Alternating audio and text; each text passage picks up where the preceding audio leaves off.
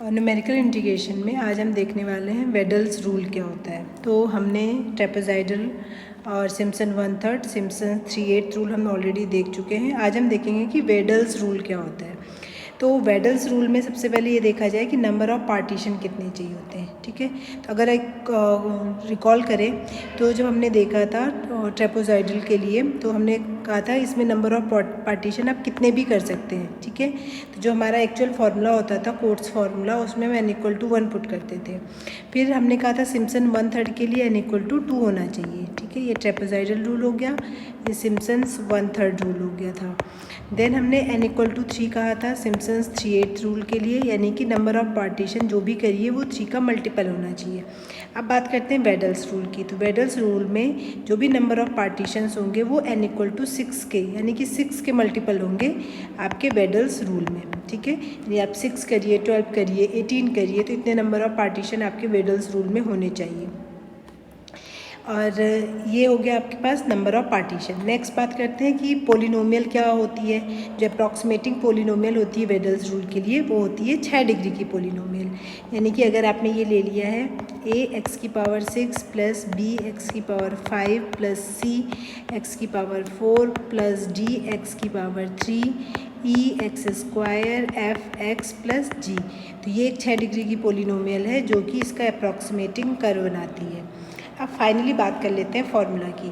तो देखिए जनरली मैं जो फार्मूला बताती हूँ वो मैं बताती हूँ जनरलाइज्ड फॉर्म में। ठीक है, बट वेडल्स रूल का फार्मूला अगर आप जनरलाइज्ड में याद करेंगे तो बहुत मुश्किल होती है, इसलिए हम 1 या 2 इंटरवल के लिए करते हैं। उसके बाद फार्मूला जो भी क्वेश्चन होता है वो उसमें से ही मैनेज हो जाता है, क्योंकि वेडल्स रूल जो होता है वो नंबर ऑफ़ पार्टीशन उसमें 6 के मल्टीपल होने चाहिए। तो मिनिमम आप पार्टीशन जो कर सकते हैं वो 6 कर सकते हैं। उसके बाद या तो 12 करेंगे तो 12 ऑलरेडी एक बड़ा नंबर है कि आप पहले 12 पार्टीशन यानी कि 12 वैल्यूज़ आपको रखनी होती हैं उसमें। ठीक है, उसके बाद और बढ़ाना चाहेंगे तो 18, तो 18 बहुत लार्ज नंबर हो गया। तो आप या तो 6 नंबर पार्टीशन के लिए याद रख लिए और ज़्यादा ही आपको एक्सटेंड करना है तो 12 के कर लीजिए। तो 12 के लिए करना है तो आप दोनों को फिर आप ऐड कर सकते हैं। ठीक है, तो देख लेते हैं कि बनता कैसे इसका फॉर्मूला। बाकी फिर इस पर बेस्ड एक क्वेश्चन कर लेंगे और आपका वेडल्स रूल वाला भी पोर्शन कंप्लीट हो जाएगा। तो देखिए इसमें फॉर्मूला कैसे बनेगा।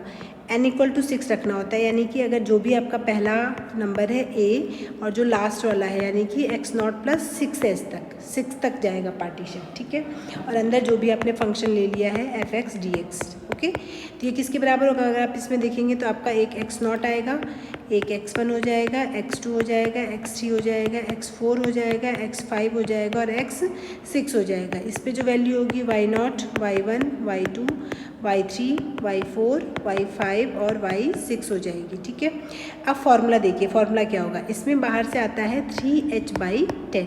h क्या होता है, किन्हीं भी 2 x के बीच का जो भी लेंथ होगा, तो सब में इक्वल गैप ही होता है तो h सबके लिए सेम होगा। फिर आएगा आपका y0। ठीक है, पहला y0 लिख लीजिए प्लस जो y1 है इसका कोफिशिएंट आप 5 कर दीजिए, 5y1 प्लस y2 सिंपल 1 आ जाएगा। फिर आपके पास y3 आएगा तो y3 का कोफिशिएंट 6 हो जाएगा।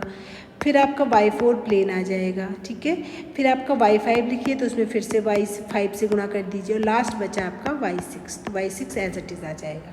ओके, तो ये फॉर्मूला याद करने का तरीका हो गया, तो इससे आप आराम से फॉर्मूला याद कर सकते हैं। तो देखिए कैसे करना है, y0 जो भी किया आपने, फिर y1 में 5, फिर 1 1 5 1 और फिर उसके बाद है आपका 6 1 5 फिर से 1। ठीक है, यानी अल्टरनेट में तो 1 है, बाकी आपका बीच में एक बार 5, एक बार 6 और एक बार 5 यूज़ करना है। ठीक है, अब देखिए यही अगर मैंने 12 के लिए एक्सटेंड किया, क्योंकि एक बार में 6 ले सकते हैं पार्टीशन। ठीक है, तो मान लीजिए आपको यही पार्टीशन जो वैल्यू है x0 प्लस 6x से x0 प्लस 12s तक अगर आपको एक्सटेंड करना है फॉर्मूला, तब ये फॉर्मूला क्या बनेगा। तो देखिए बाहर से तो आपका हो जाएगा ये 3h/10 हो जाएगा। अंदर क्या लिखेंगे, तो इसमें नंबर कहाँ से स्टार्ट होगा, y6 से, क्योंकि ये वाली चीज़ यहाँ पे वैल्यू होगी y6, y7, y8, y9, y10, y11 और y12। तो लिख लीजिए, पहले y0 ऐसे आ जाएगा, फिर अगले वाले में 5 से मल्टीप्लाई करना है, फिर y8 ऐसे आ जाएगा, फिर 6 y9 हो जाएगा, फिर y10 ऐसे आ जाएगा, फिर 5 y11 आ जाएगा, फिर y12 सिंपल आ जाएगा। ओके, तो आई होप आपको ये चीज़ जो है वो समझ में आ गई होगी। ये y6 है। ठीक है, तो अब देखिए फॉर्मूला जो हम बात कर रहे थे, फॉर्मूले में कैसे बनेगा। अगर आपके पास 6 नंबर ऑफ पार्टीशन है तो उसके लिए जो बनने वाला है, एक सेकेंड इसको हटा देते हैं, ठीक है। अगर आपने जो भी क्वेश्चन था उसमें 6 नंबर ऑफ पार्टीशन किए हैं तो 6 वैल्यूज़ होंगी, y0, y1, y2, y3, y4, y5, y6, तब ये फॉर्मूला यूज़ कर लीजिए, ओके। और अगर आपने 12 पार्टीशन किए तो आपका टोटल कितना यूज़ होगा, y0 से लेके 12 तक यूज़ होगा। तब आप उस केस में ये दोनों जो भी हैं इनको ऐड कर लीजिए, ठीक है, क्योंकि आपका टोटल कहाँ से कहाँ तक बनेगी इंटीग्रेशन, x0 से लेके x0 + 12s तक। तो इंटीग्रेशन का फॉर्मूला ये पता होता है ना, a to b और b to c अगर इंटीग्रेशन की लिमिट है तो टोटल a to c आप लिख सकते हैं। तो ये 12h हो जाएगा, दोनों को ऐड करेंगे अगर, तो ये फॉर्मूला बनेगा आपका 3h/10 आपका कॉमन हो जाएगा। और अंदर क्या बनेगा, y0 तो एक ही बार आएगा। अब आप देख लेंगे y6 इसमें भी है, y6 इसमें भी है, तो 2y6 हो जाएंगे, प्लस 5 कॉमन करिए तो किसमें से 5 आ जाएगा, y1 आ जाएगा, प्लस y5 आ जाएगा, इसमें से y7 आ जाएगा और y11 आ जाएगा। तो इस तरीके से 4 आ जाएंगे।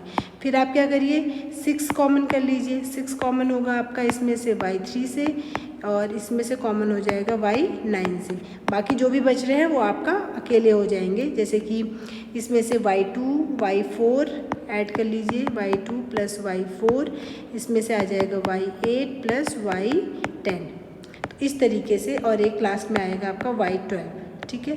तो ये जो सारी चीज़ें हैं वो इस तरीके से आएंगी। तो ये फॉर्मूला इस तरीके से याद रखना थोड़ा मुश्किल हो जाता है, बट ये अलग अलग अगर आप इस तरह से याद कर रहे हैं तो बहुत इजी हो जाता है। तो अगर 6 पार्टीशन कर रहे हैं तो सिर्फ यही फॉर्मूला, 12 पार्टीशन कर रहे हैं तो या तो ये फॉर्मूला पूरा याद रखिए, या फिर क्या करिए 6 पार्टीशन के लिए अलग और 6 से 12 के लिए अलग और दोनों को ऐड कर दीजिए। तो जो आंसर आएगा वही आपका पूरे 12 पार्टीशन के लिए आंसर हो जाएगा, ओके। तो चलिए क्वेश्चन कर लेते हैं बेडल्स रूल पे। क्वेश्चन है वही फेवरेट क्वेश्चन जो हम सभी में ले रहे हैं, 0 to x 1/1 + x² × dx है। इसको बेडल्स रूल से सॉल्व करना है, ठीक है। तो 0 से 6 तक के आपको 6 पार्टीशन भी कर सकते हैं, 12 भी कर सकते हैं। तो हम मिनिमम लेके कर लेते हैं 6 पार्टीशन से। तो 6 पार्टीशन से इसको सॉल्व करेंगे तो आप देखिए हम ये देख चुके हैं कि लेंथ कैसे निकाली जाती है। And point, starting point divided by number of partition, यानी कि एक एक का गैप होगा। तो पहला x लिख लेते हैं, यहाँ पे y, तो x में 0 आएगा, फिर 1 2 3 5 6।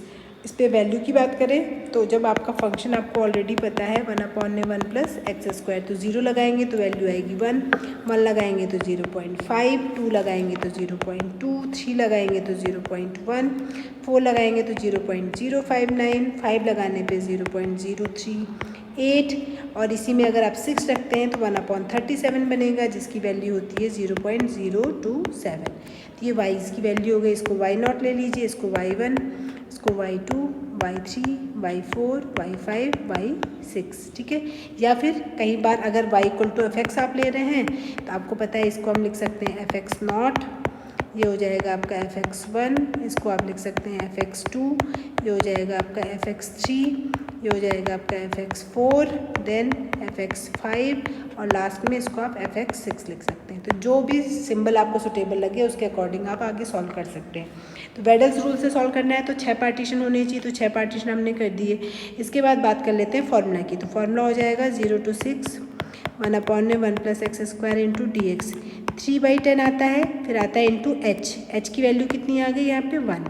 फिर आएगा आपका y0, तो y0 की वैल्यू कितनी, पहले फॉर्मूला अच्छा लिख लेते हैं, y0, फिर y1 के साथ 5, फिर y2 ऐसे आएगा, फिर 6 of y3, फिर आपके पास y4 एज इट इज़ आएगा, फिर 5 of y5, फिर लास्ट में y6 आ जाएगा। ये सारी वैल्यूज़ लगा लीजिए, 3/10 हो जाएगा। इसकी वैल्यू आ जाएगी आपकी y0 पे वैल्यू 1 है, 5 × 0.5 प्लस 0.2 प्लस 6 × y3 यानी कि 0.1, y4 यानी कि 0.059 प्लस y6 का मतलब हुआ यहाँ पे जो लास्ट वैल्यू है